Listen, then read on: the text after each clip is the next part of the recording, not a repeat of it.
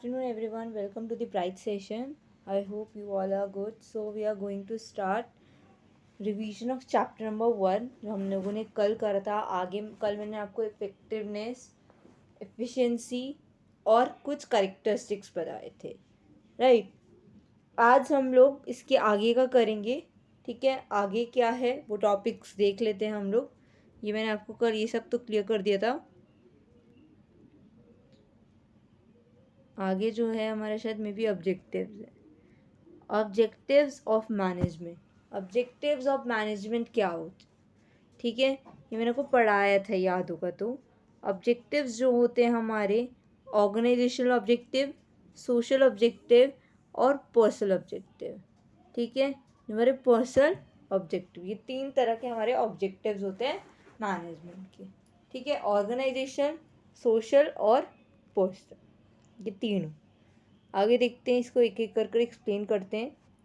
पहला आता है ऑर्गेनाइजेशनल ऑब्जेक्टिव्स को हम लोग इकोनॉमिक ऑब्जेक्टिव भी बोलते हैं. ठीक है, objective set by management for the organisation are called organisational objective.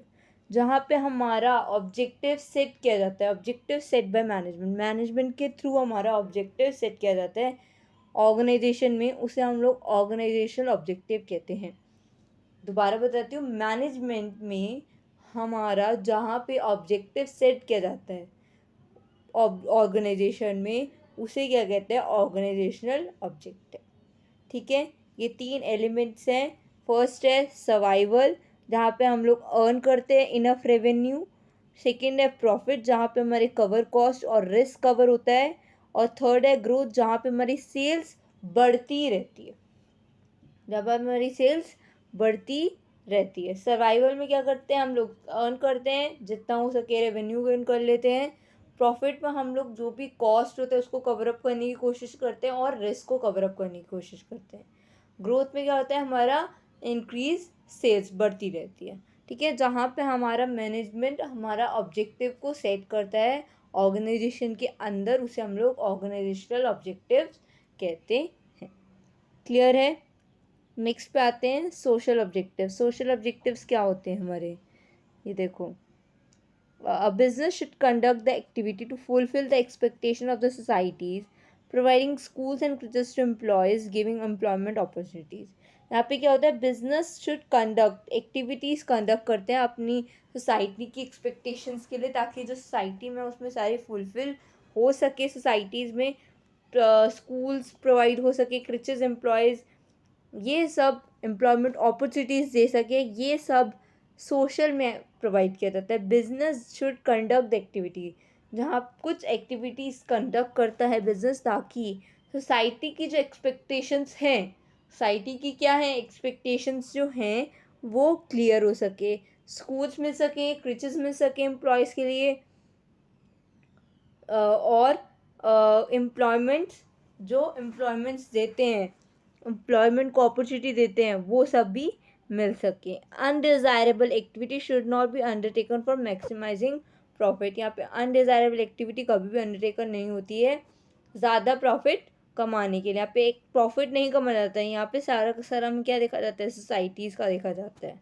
ठीक है, क्लियर है. आगे देखते हैं पर्सनल ऑब्जेक्टिव क्या होते हैं. The management must reconcile personal goals with organizational objective to have harmony in the organization. ठीक है, यहाँ पे मैनेजमेंट रिकंसिल करता है पर्सनल जो गोल्स होते हैं ऑर्गेनाइजेशनल ऑब्जेक्टिव के, किसी की हारमनी जो है, जो पर्सनली जो हम लोग हर चीज़ को देख रहे हैं, वो पर्सनल एक पर्सन है. ठीक है, उसके कुछ गोल्स होंगे, उसके नीड्स होंगे, उससे जो कंप्लीट करेंगे ताकि वो सेटिस्फाई हो जाए. ठीक है, तो जो उसके गोल्स होते हैं वो उसको कंप्लीट करने के लिए उसके पर्सनल गोल्स होते हैं, कि हर चीज़ को उधर से उसको ऑर्गेनाइजेशन से सेटिस्फेक्शन मिल रही है, उसको अच्छा लग रहा है, वो प्रॉफिट कमा रहा है, वो अर्न कर रहा है, वो अपनी बैलेंस कर कर चल रहा है. सबसे बड़ी बात है अपनी फैमिली को भी और ऑर्गेनाइजेशन में. सब क्या होते हैं, हमारे पर्सनल गोल्स कहलाते हैं ऑर्गेनाइजेशन, ताकि वो हार्म ना हो ऑर्गेनाइजेशन के बाद. ठीक है, ये हमारे क्या हैं तीनों, सोशल, ऑर्गेनाइजेशनल और पर्सनल ऑब्जेक्टिव. ठीक है, नेक्स्ट पे आते हैं इम्पोर्टेंस ऑफ मैनेजमेंट. इम्पोर्टेंस क्या क्या होते हैं. पहला आता है help in achieving group goals, जहाँ पे हम लोग अपने गोल्स को अचीव कर सके, right. Proper management of all individual in an organisation is very essential for the accomplishment of the organisational behaviour. इधर क्या होता है, जहाँ पे प्रॉपर मैनेजमेंट होती है इंडिविजुअल्स के लिए, ऑर्गेनाइजेशंस बहुत हेल्प करती है. एसेंशियल रहता है कि आपको ऑर्गेनाइजेशनल ऑब्जेक्टिव भी आपको कंप्लीट करना है, तो उसके लिए वो प्रॉपर एक ग्रुप गोल बना लेती है. Group goal is more important than the individual objective, ताकि इंडिविजुअल ना काम कर कर एक प्रॉपर, अगर आप वो बना लेते हो गोल, ग्रुप गोल बना लेते हो, टीम बना लेते हो, ग्रुप बना लेते हो, उसमें आपको गोल अचीव करने में ईजी रहेगा. तो help in achieving group goals, group में काम करोगे तो जल्दी से जल्दी आप लोग अचीव कर पाओगे. इंक्रीजेज एफिशिएंसी, ठीक है. Management help to achieve the goal with the minimum resources. Management यही हेल्प करते हैं ताकि अपने गोल को अचीव करो मिनिमम रिसोर्सेज के साथ साथ. मैक्सिमम तो ये है, अब पुअर से कहाँ पे जाओगे, गुड की परफॉर्मेंस की तरह, ठीक है. तो मिनिमम जितने आपको रिसोर्सेज दिए जा रहे हैं उस बेसिस पे अपना गोल अचीव करने की आप समझ लो कि हाँ, आपने गोल अचीव करना है, आपको ये रिसोर्सेज आपको मिले हुए हैं, उस रिसोर्सेज में आपको अपना गोल अचीव करना है, ठीक है. creates a dynamic organization. Appropriate changes must be introduced in the organization and when it's needed. ठीक है, यहाँ पे क्या कर रहे हैं, मैनेजमेंट को अप्रोप्रिएट चेंजेस ला रहे हैं बार बार, ताकि ऑर्गेनाइजेशन में जो जिसको भी किसी चीज़ की ज़रूरत है वो अप्रोप्रिएट टाइम पर आपको मिल जाए, ठीक है. Management help the people employees to adapt such कुछ changes through proper training and motivations. तो कुछ कुछ प्रॉपर ट्रेनिंग्स दी जा रही हैं, मोटिवेशन दी जा रही है, ताकि मैनेजमेंट हेल्प कर सके, ठीक है. कुछ जैसे जैसे चेंजेस आते रहते हैं वैसे ही ऑर्गेनाइजेशन को अडॉप्ट कर लेना चाहिए, ठीक है. Help in achieving personal objective, जो भी हमारे पर्सनल ऑब्जेक्टिव है उसको भी हम लोग अपने गोल को अचीव करने के लिए रखते हैं. Along with the organisational objective, individual member in the team should be able to achieve the personal goal. Organisational objectives को छोड़कर जो हमारे पर्सनल ऑब्जेक्टिव है, एक इंडिविजुअल मेंबर जो है उसको अपने पर्सनल गोल्स पर भी अचीव करने होते हैं. उसको अपना पर्सनल गोल भी देखना होता है कि मेरे पर्सनल गोल्स क्या हैं, मुझे क्या करना है, तो वो भी देखना पड़ता है साथ साथ ऑर्गेनाइजेशंस के साथ साथ. ये नहीं कि सब आप ऑर्गेनाइजेशंस का ये सारे ऑब्जेक्टिव्स देख रहे हो, नहीं, आप साथ साथ अपने गोल्स को भी थोड़ा सा मोटिव करो, ठीक है. मोटिवेट करोगे तो इंडिविजुअल गोल्स भी कंप्लीट होंगे. Help in the development of society, society में क्या क्या डेवलपमेंट होते हैं.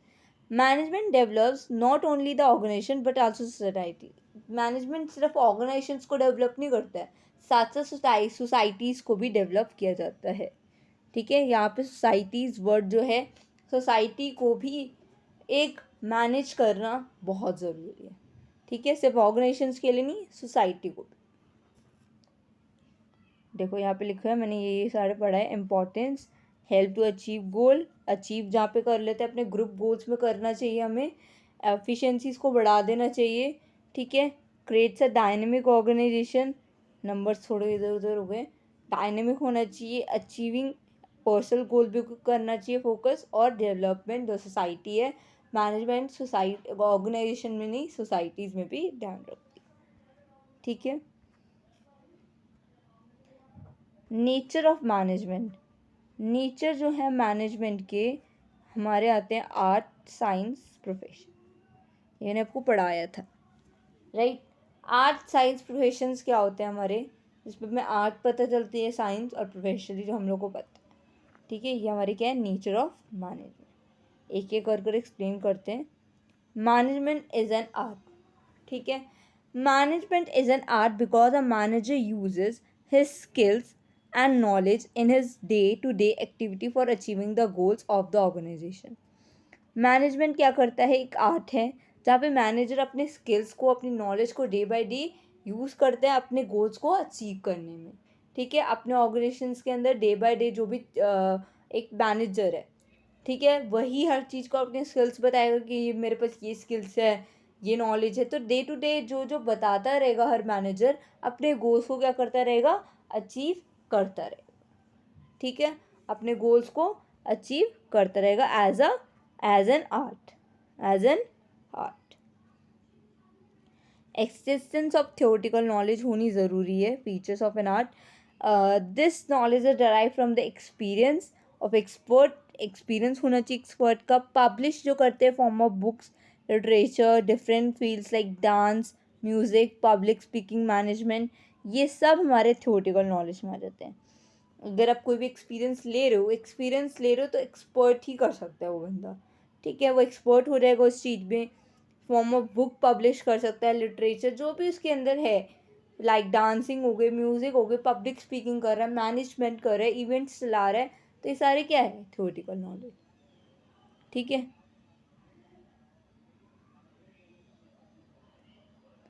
सेकेंड है पर्सनलाइज एप्लीकेशन। पर्सनलाइज एप्लीकेशन क्या बताता है, जो हमारे व्यूज़ ऑफ बेसिक नॉलेज होते हैं varies from person to person. जो पर्सन से पर्सन हमें सीखने को मिलता है, बेसिक नॉलेज एक दूसरे से सीखने को मिलता है, वो हमारे basic use of basic knowledge होती है, ठीक है। जैसे two dancer, two speakers, two actors will differ in demonstrating their art. अपने आर्ट्स को दिखा रहे, दो डांसर हैं वो अपना दिखाएंगे, तो स्पीकर है स्पीकिंग करेंगे, तो एक्टर एक्टिंग करेंगे, ठीक है। सबका आर्ट अलग अलग है।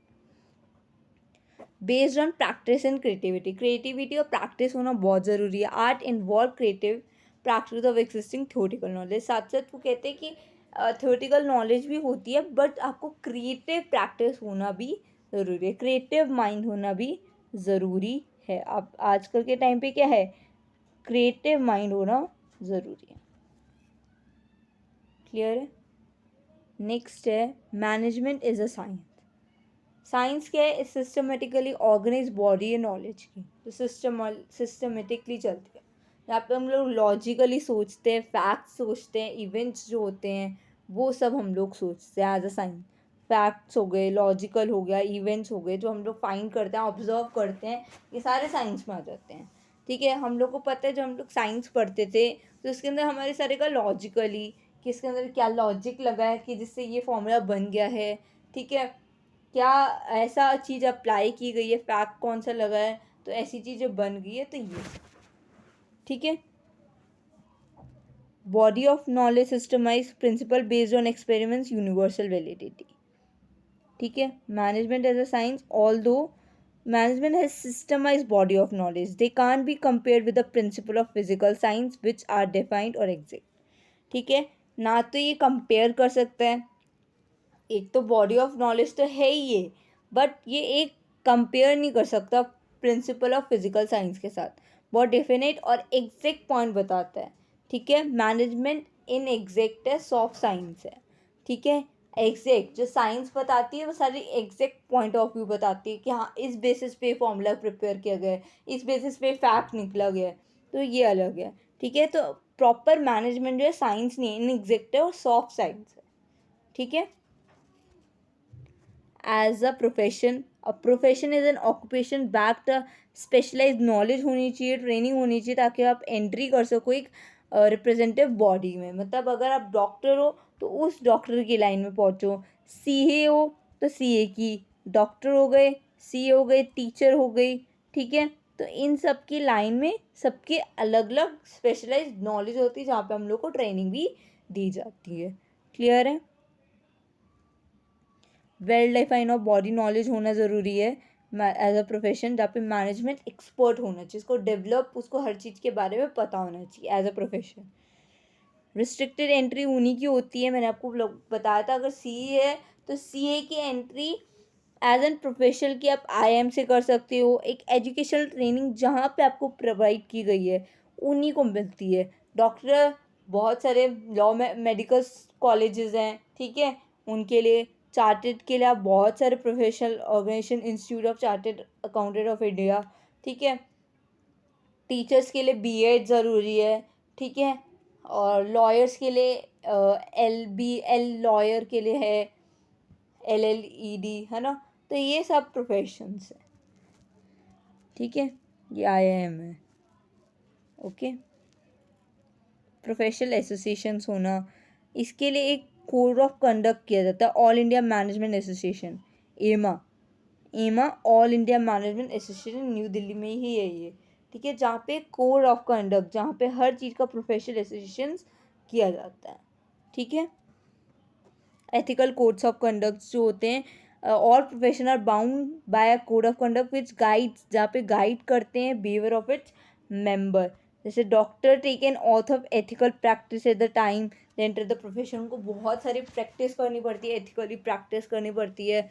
टीचर्स को पढ़ाने के लिए ट्रेनिंग प्रॉपर चाहिए होती है, ठीक है, कि कहाँ पे कैसे डॉक्टर को ऑपरेट करना है पेशेंट्स को, तो वो सब, ठीक है।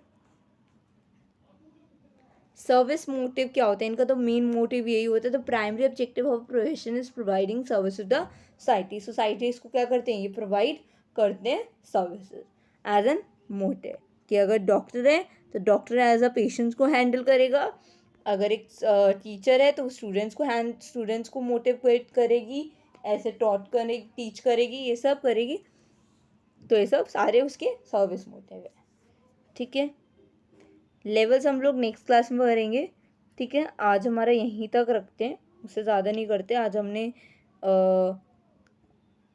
ऑब्जेक्टिव्स कर लिए, इम्पोर्टेंस कर लिए, और ये कर लिए हमने नेचर ऑफ मैनेजमेंट, ठीक है।